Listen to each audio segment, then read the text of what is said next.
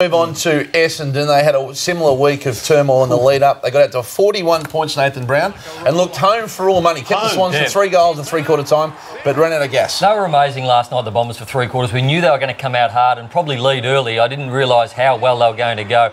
What I saw last night, we're watching the Swans come home here in the last quarter hard, but what I saw for three quarters from a Bombers outfit was a side that's good enough to match it and possibly go top 4 for the rest of the season. Ooh. You put them 3 weeks ahead, they would not have lost this game. We'll go through a bit of vision in a minute, but this is a side with winners in the midfield, a great player in Hurley who did a great job on Franklin for three quarters. Hooker was good, and then they got the forward line led by Matthew Lloyd's goal king at the other end. So give them 3 weeks, give them 4 weeks, but I reckon the Bombers are good enough, if they can, to play top 4 this year and push all the way. So Brownie would have taken a fair bit of emotional energy to come up for last night. They've got the Hawks next week. Is there a danger that they fall into a heap a little bit next week, or can you see them producing that sort of effort again? I think so. I think they can produce that week in, week out, and they've showed over the last 2 or 3 years that they've been able to play under pressure. The thing they need is game time. 13 players haven't played, and you know how hard it is. If you haven't played a game, if you haven't played a game, how hard it is to produce that off the cuff, and they just fell away last night in the last quarter because of lack of game time. You said some silly things last year, but you're off to a start. Top 4 and push all the way. And they're going to be zipping too. You think they can win the premiership? I think they've got a good enough list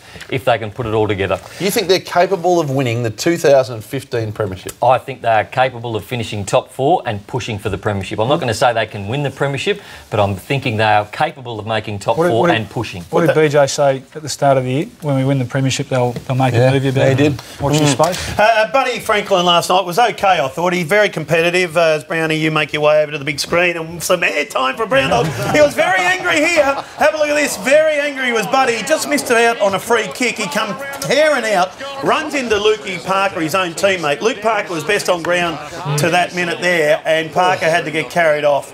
And Buddy was good. I thought he was all right last night, Nath. I know Hurley was good also. They had a really, really good battle. Hey, Bill, I reckon Luke Parker has got Joel Selwood written all over him. So I could see him being the next captain of the Sydney Swans, very much in the Selwood Hodge mould. Here we go. Over to Nath. Well, last night you knew the Bombers were going to come out hard, and we knew Sydney would probably reel them in at the end, but I didn't expect them to come back from 41 points. They haven't played a lot of football, the Bombers, and it showed in the last quarter. I'll show a few edits because I thought in 3 weeks they would not have lost this game if you play this in 3 weeks. So the first one, Adam Cooney, he was terrific last night, probably just about the Bombers' best, but I reckon if he's got a bit more footy into him, at 20 points up, he takes that mark every day of the week. Then you go down the other end, Joe Dano, have a look at that, run down by a fresh player in Buddy Franklin, who's played some. Paul Chapman, that 3 weeks' time would go to the top of the square, gives him another opportunity to score. Now this one, BJ, he doesn't make those mistakes. A kick out from full back, goes out of bounds on the full. This is the resultant kick in, goes up. Look at the energy from Buddy Franklin, he's still fresh. They kick a goal from this. It was a terrific goal. Well, and then again, Buddy Franklin. This is the first time all night he's had some separation off Hurley. This is a poor kick. He had nobody to kick it to.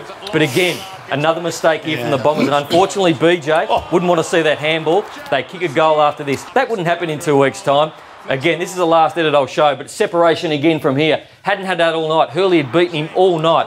But just that 2 metres that he started with allows Buddy to go in and ice the game on the clock. But I thought Hurley was terrific, but Buddy probably got him in the end. He did. Hey, Hutch, that was their 20th inside 50, that one. So they were under siege, Hooker and Hurley, and eventually the weight of numbers just got the Bombers. So they did have some players that chose not to play in the NAB Challenge, it must be said. So, yeah, they were underdone, some of them, but by choice, others as well, which was interesting. James Hurd? Yeah, look, first game back since 2013 and was full of praise for the resilience and the mind power of his players to do what they did last night.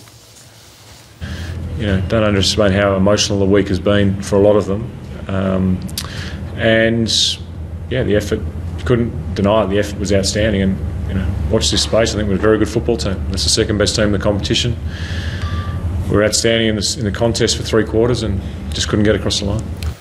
James Hurd, confident of a resurgence. So I want to ask a few of you, particularly you, Lordo, about Gary Ablett yesterday as we move on.